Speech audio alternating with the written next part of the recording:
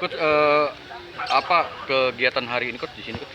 Kegiatan kita ya di rumahnya Pak Henry, kita lagi ada kegiatan makan, terus mancing, terus memberikan makan kepada ikan-ikan yang lapar mungkin sore ini.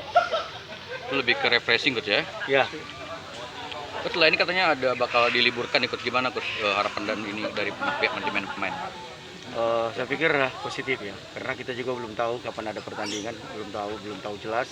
Jadi ketika kita sudah mendapatkan grafik yang paling tinggi, jangan sampai teman-teman pemain ini pada saat harian nanti mereka turun drastis. Nah ini yang kita harus jaga dan tetap kontrol, dan mudah-mudahan apa yang selama ini kita lakukan semua positif aja.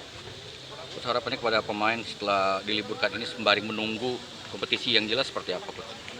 Eh, Semuanya saya harapkan dalam posisi libur tetapi aktif ya, maksudnya liburnya aktif, tidak harus kita itu tidak latihan, tetapi mereka di rumah atau di kampung mereka, di kampung halaman mereka masing-masing tetap pada latihan sesuai dengan schedule, dan ketika masuk mereka kembali lagi gabung sama kami semua.